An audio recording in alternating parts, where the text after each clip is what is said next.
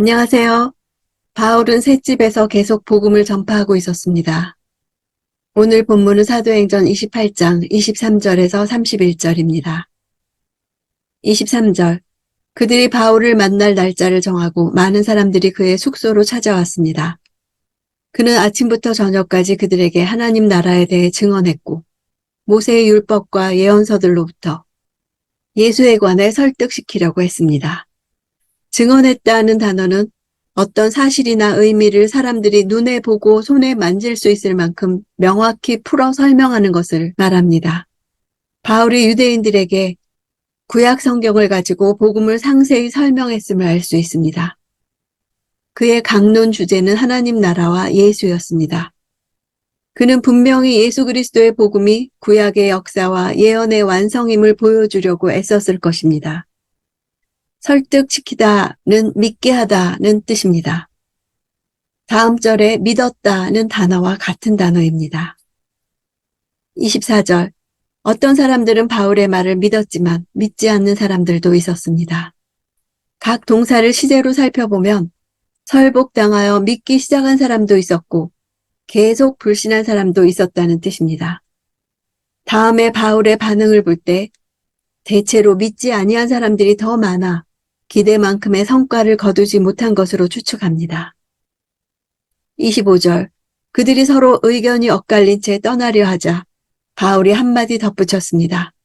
성령께서 예언자 이사야를 통해 여러분의 조상들에게 하신 말씀이 옳습니다. 의견이 엇갈리다는 말은 소리가 일치되지 않는, 조화되지 않는 이라는 쉼포네에서 유래했습니다. 교향곡 심포니가 이 단어에서 유래했습니다. 떠나려 했다는 것은 바울에게서 흩어졌다는 뜻으로 치열한 논쟁 가운데 마음이 상한 유대인들이 스스로 자리를 박차고 일어나는 모습을 생생하게 증거하고 있습니다. 26절. 이 백성들에게 가서 말하라. 너희는 듣기는 들어도 깨닫지 못하고 너희가 보기는 보아도 알지 못할 것이다. 초기 그리스도인들은 이사야서 이 구절을 대부분의 유대인들이 복음에 순종하기를 거부할 것이라는 예시의 의미로 사용하였습니다. 그리스도의 복음을 믿지 않는 유대인들의 완악함을 나타내는 말씀입니다.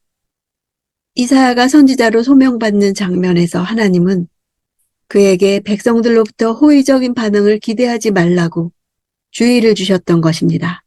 그의 사역은 하나님의 권위로 임명된 것이었고 하나님을 경외하는 자들로 하여금 하나님께 돌아오도록 의도된 것이었지만 다른 측면으로는 귀먹은 사람으로 여전히 더 귀먹게 하는 것, 눈먼 사람으로 여전히 더 눈이 멀게 하는 일이었던 것입니다.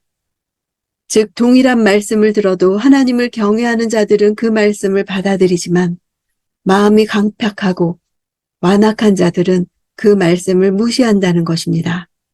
결국 이사야 선지자의 이 말씀은 이스라엘 백성들이 바벨론의 포로가 됨으로써 1차적으로 성취되었습니다. 그런데 바로 지금 바울은 그 말씀을 이사야의 시대 백성들의 후손인 유대인들에게 적용하고 있는 것입니다. 27절. 이 백성들의 마음이 무뎌지고 귀는 듣지 못하고 눈은 감겨 있다. 이는 그들이 눈으로 보고 귀로 들으며 마음으로 깨닫고 내게 돌아와 고침을 받지 못하게 하려는 것이다.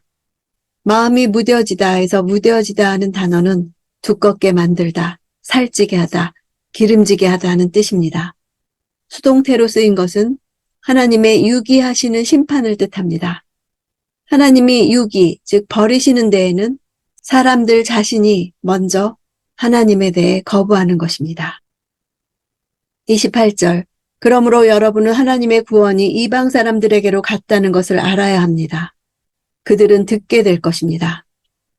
비시디아 안디옥과 고린도와 에베소에서 복음을 받아들이지 않는 유대인들을 향해 경고한 데 이어 이제 바울은 네 번째로 유대인들을 향한 경고를 남깁니다.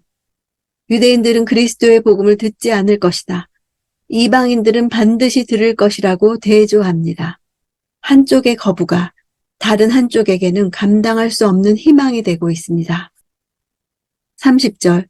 바울은 만 2년 동안 자기 셋집에 머물면서 자신에게 찾아오는 모든 사람을 맞아들여 바울이 가이사랴에서 2년을 수감되어 있었던 것처럼 로마의 셋집에서도 만 2년이라는 시간 동안 지냈습니다. 이 기간 중 유대인들이 바울의 재판을 취하했을 가능성도 있고 또 재판이 열렸더라도 재판 자리에 고소인으로 참여하지 않았을 가능성도 있습니다. 사내들인의 고소자들이 바울의 재판에 결석했던 것은 당시 로마법이 패소한 고소자들에 대해 무척 거칠게 다루는 경향이 있었기 때문입니다. 그러므로 사내들인은 자신들이 로마의 법정에 출석하는 것은 실리적인 일이 아니라 판단했을 것입니다. 바울의 처형이 64년 로마 대화제 직후에 행해졌다고 가정할 경우 그는 2년이 지난 후 석방되었다가 다시 체포되어 다시 재판을 받고 유죄 판결을 받아 처형당하기 전까지 로마의 선교 사역에 힘썼던 것으로 추측할 수 있습니다. 이 기간 동안 에베소서, 빌립보서, 빌레몬서, 골로새서 4개의 옥중 서신을 써서 후대에 풍부한 영적 유산을 남겼습니다. 자신이 처한 상황을 진리를 전하는 도구로 사용했습니다. 예를 들면 자신을 지키고 있는 군인들이 입고 있던 복장을 보면서 에베소서 6장에 하나님의 전신갑주를 입으라고 했던 것입니다. 31절 어떠한 방해도 받지 않고 담대하게 하나님 나라를 선포하고 주 예수 그리스도에 관한 것을 가르쳤습니다. 담대하다 하는 단어는 원래 침묵의 반대 개념으로서 말하는 것이 자유로움, 언변이 기탄 없음을 뜻합니다. 법적으로 아직 죄수의 신분이며 경제적으로 셋집에 기거하고 있으나 위축되지 않고 자유롭고 두려움 없는 모습이었다는 것입니다. 방해받지 않았다는 것은 비록 군인의 감시는 계속되었지만 로마 당국에서 그의 말하는 것에 대한 어떠한 금지령도 없었다는 뜻입니다. 복음이 가는 길을 제지할 세력이 있을 수 없다는 것을 보여줍니다.